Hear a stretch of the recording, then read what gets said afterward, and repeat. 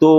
وہ واقعہ میں نے خود ابا جی قبلہ سے بھی سنا، اور جو تفصیل تھی ابا جی قبلہ نے تو اتنی تفصیل سے نہیں بیان فرمایا، لیکن یہ جو موسیٰ پاک شہید رحمۃ اللہ علیہ کے جو پرانے بزرگ تھے، آپ میں سے تو شاید کوئی بھی نہیں جانتا ہوگا، میں مخادیم کی اور گیلانی سادات کی بات نہیں کر رہا، بلکہ ان کے خلفاء میں سے ایک خلیل پنکھے والے ہوتے تھے، یہاں بوہر گیٹ کے باہر ان کی دکان تھی، ان سے وہ بہت خاص خادمین میں تھے۔ اور ایک مجھے بھائیوں قبلہ سے پوچھوں گا نام، وہ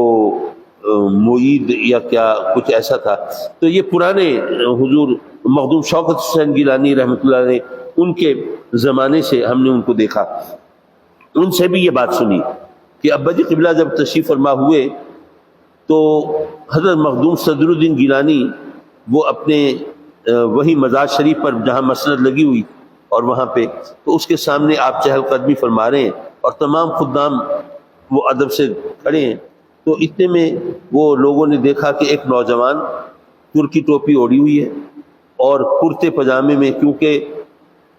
پاجامہ یہ انڈیا کی ایک پہچان ہوا کرتی تھی اس وقت، کرتے پاجامے میں ملبوس اور پانوں کی وہ ڈبی اور بٹوا ہاتھ میں ہے، اور وہ آگے تشریف لائے ہیں، اور ان کے ساتھ ایک برقع پوش خاتون ہے، وہ پیچھے ایک کونے میں کھڑی ہو گئی ہیں، اور حضرت مخدوم صاحب نے جب دیکھا ہے تو وہ لپک کے آگے بڑھے ہیں اور ان کی پذیرائی کی ہے، اور خدام سے کہا ہے کہ اندر سے خادماؤں کو بلائیں اور بی بی صاحبہ کو اندر لے کے جائیں۔ اور وہ جن لوگوں نے ہمیں بتایا وہ کہتے ہیں کہ ہم نے یہ منظر کبھی نہیں دیکھا تھا کہ حضرت مخدوم صدر الدین گیلانی نے کسی کو اپنے ساتھ اپنی مسند پر بٹھایا ہو۔